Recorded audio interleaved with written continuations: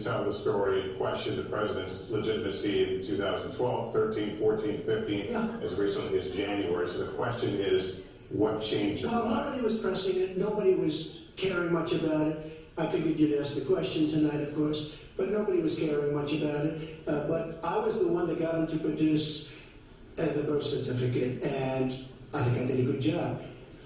Secretary Clinton also fought it. I mean, you know, now everybody in mainstream is going to say, oh, that's not true. Look, it's true. Sidney Blumenthal sent the reporter. You just have to take a look at CNN last week, the interview with your former campaign manager, and she was involved. But just like she can't bring back jobs, she can't produce. I'm sorry, I'm just going to follow, and I will let you respond to that because there's a lot there, but we're talking about racial healing in this segment. What do you say to Americans? Well, it was I say nothing. I say nothing because I was able to get him to produce it. He should have produced it a long time before. I say nothing. But let me just tell you, when you talk about healing, I think that I've developed very, very good relationships over the last little while with the African American community. I think you can see that. And I feel that they really wanted me to come to that conclusion, and I think I did a great job and a great service, not only for the country, but even for the president, in getting him to produce his birth certificate. Well, just listen to what you heard. And clearly, as Donald just admitted, he knew he was going to stand on this debate stage, and Lester Holt was going to be asking us questions, so he tried to put the whole racist birther lie to bed. But it can't be dismissed that easily. He has really started his political activity based on this racist lie that our first black president was not an American citizen. There was absolutely no evidence for it, but he persisted year after year because some of his supporters, people that he was trying to bring into his fold, apparently believed it or wanted to believe it. But remember, Donald started his career back in 1973 being sued by the Justice Department for racial discrimination because he would not rent apartments in one of his developments to African Americans, and he made sure that the people who worked for him understood that was the policy. He actually was sued twice by the Justice Department. So he has a long record of engaging in racist behavior. And the birther lie was a very hurtful one. You know, Barack Obama is a man of great dignity, and I could tell how much it bothered him and annoyed him that this was being touted and used against him. But I like to remember what Michelle Obama said in her amazing speech at our Democratic National Convention. When they go low, we go high. And Barack Obama went high, despite Donald Trump's best efforts to bring him down. Mr. Trump, you can respond, and we're going to move on to the next segment. Respond. First of all, I got to watch, in preparing for this, some of your debates against Barack Obama. You treated him with terrible disrespect. And I watched the way you talk now about how lovely everything is and how wonderful you are. It doesn't work that way. You were after him, you were trying to, you even sent out, or your campaign sent out pictures of him in a certain garb, very famous pictures, I don't think you can deny that.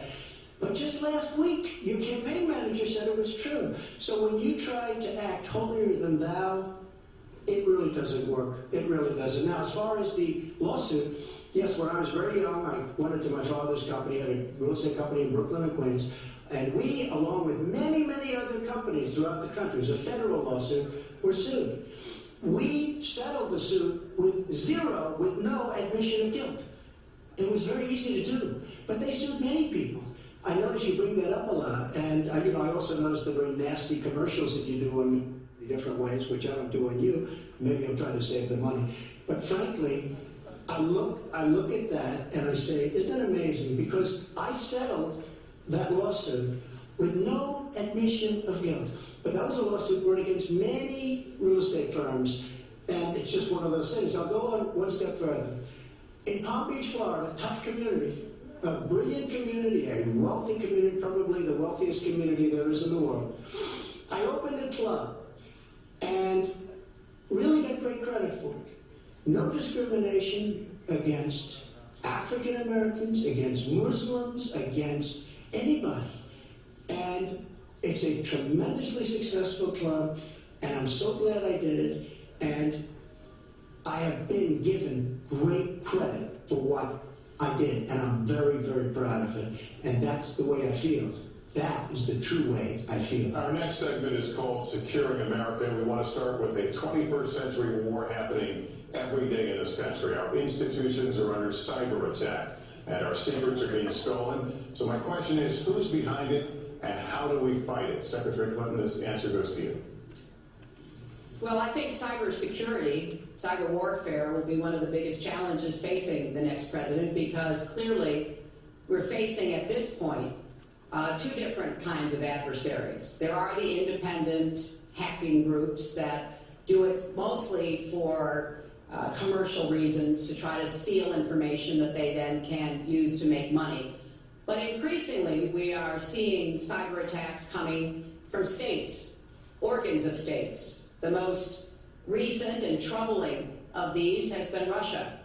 There's no doubt now that Russia has used cyber attacks against all kinds of organizations in our country, and I am deeply concerned about this. I know Donald's very praiseworthy of Vladimir Putin, but Putin is playing a really tough, long game here. And one of the things he's done is to let loose cyber attackers to hack into government files, to hack into personal files, hack into the Democratic National Committee. And we recently have learned that, that this is one of their preferred methods of trying to wreak havoc and collect information. We need to make it very clear, whether it's Russia, China, Iran, or anybody else, the United States has much greater capacity. And we are not going to sit idly by and permit state actors to go after our information, our private sector information or our public sector information. And we're going to have to make it clear that we don't want to use the kinds of tools that we have. We don't want to engage in a different kind of warfare, but we will defend the citizens of this country. And the Russians need to understand that. I think they've been treating it as almost a probing. How far would we go? How much would we do? And that's why I was so shocked when Donald publicly invited Putin to hack into Americans. That is just unacceptable. It's one of the reasons why 50 national security officials who served in Republican administration have said that Donald is unfit to be the commander-in-chief. It's comments like that that really worry people who understand the threats that we face. Mr. Trump, you have 2 minutes in the same question. Yeah, I do want to say that I was just endorsed, and more are coming next week. It'll be over 200 admirals, many of them are here, admirals and generals endorsed me to lead this country. That just happened, and many more are coming, and I'm very proud of it. In addition, I was just endorsed by ICE. They've never endorsed anybody before on immigration. I was just endorsed by ICE. I was just recently endorsed 16,500 Border Patrol agents. So when Secretary Clinton talks about this, I mean, I'll take the admirals and I'll take the generals any day over the political hacks that I see that have led our country so brilliantly over the last 10 years with their knowledge, okay? Because look at the mess that we're in. Look at the mess that we're in. As far as the cyber, I agree to parts of what Secretary Clinton said. We should be better than anybody else, and perhaps we're not. I don't think anybody knows it was Russia that broke into the DNC. She's saying Russia, Russia, Russia, but I don't. Maybe it was. I mean, it could be Russia, but it could also be China. It could also be lots of other people. It also could be somebody sitting on their bed that weighs 400 pounds, okay? You don't know who broke into DNC, but what did we learn with DNC? We learned that Bernie Sanders was taken advantage of by your people, by Debbie Wasserman Schultz. Look what happened to her. But Bernie Sanders was taken advantage of. That's what we learned. Now, whether that was Russia, whether that was China, whether it was another country, we don't know. Because the truth is, under President Obama, we've lost control of things that we used to have control of. We came in with the internet it, we came up with